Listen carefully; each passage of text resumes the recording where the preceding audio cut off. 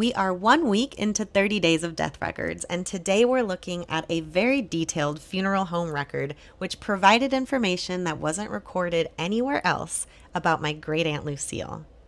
This is the admittance form that Pfaff Funeral Home started filling out after Lucille died the day before New Year's Eve in 1987.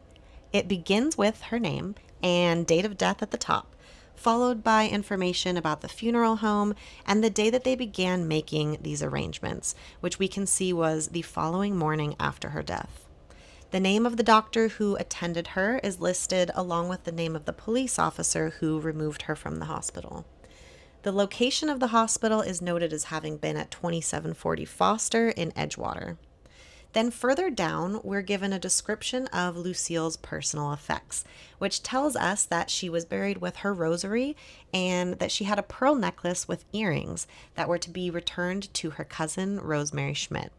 It looks like a photo of Lucille was supplied to the hairdresser, although if it was, it didn't survive in the records, unfortunately. We see that she was to have family as her pallbearers, and we can estimate how many people came based on the number of invites and Catholic prayer cards printed. She wasn't a member of any societies, and if I hadn't already found her in an obituary, this information right here of when and where the funeral home ran those death notices would be very helpful. The name of the organist scheduled is given, and it's noted that they would need Catholic religious equipment for her service. In the final section below, we're given more information about the next of kin who was making the arrangements, her cousin Rosemary. We have Rosemary's address as well as details about Lucille's burial at Memorial Park Cemetery, the chapel services, and the type of casket that Rosemary selected for her. So with just this one record, just think of all the different avenues that could be taken to expand our research given this information we have now. The obvious ones could be church records, cemetery research, or looking into her cousin Rosemary. But even having her doctor's name and the hospital location gives me what I need to research their history.